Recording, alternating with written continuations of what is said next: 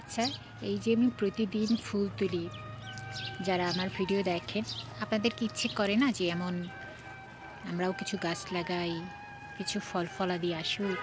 এই যে অপরাজিতা তুলছি, এটা দিয়ে আমি চা খাবো, এবং তাজা ফুল দিয়ে যখন আমি চাটা বানাই, এটা একেবারে গাঢ় নীল হয়।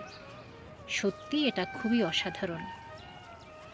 অসাধারণ তো আমি বলছি, কিন্তু আপনাদের জন্যই ভিডিও করা, যাতে করে একটু ইন্সপায়ার্ড হন, আপনারা গাছ লাগাতে পারেন, এবং সেখান থেকে আপনি চাইলেও বাজারে কিন্তু অপরাজিতা ফুল কিনতে পাবেন না, ইম্পসিবল, আপনি খুঁজে দেখতে পারেন।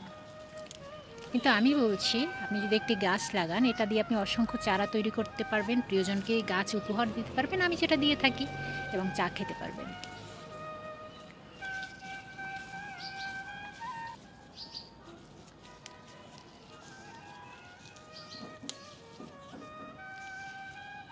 মানে কত ফুল! এখন এগুলো আমাকে শুকিয়ে রাখতে হবে, কারণ এতটা তো অ্যাকচুয়ালি খাওয়া যায় না।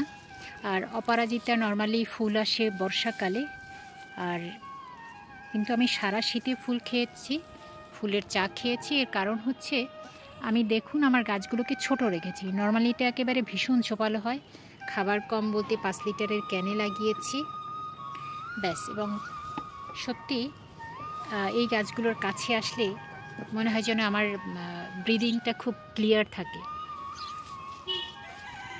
চাইলে কিন্তু আপনারা এটা করতে পারেন, এটা এমন কোনো কঠিন কাজ না। আমি ছোট ছোট, বড় পট নাই, অসুবিধা নাই, ছোট এমন কোনো লোক পাওয়া যাবে না যার বাসায় 2 লিটারের পানির বোতল পাওয়া যাবে না, কিংবা স্প্রাইটের বোতল পাওয়া যাবে না। আমি দেখাচ্ছি সেটাও।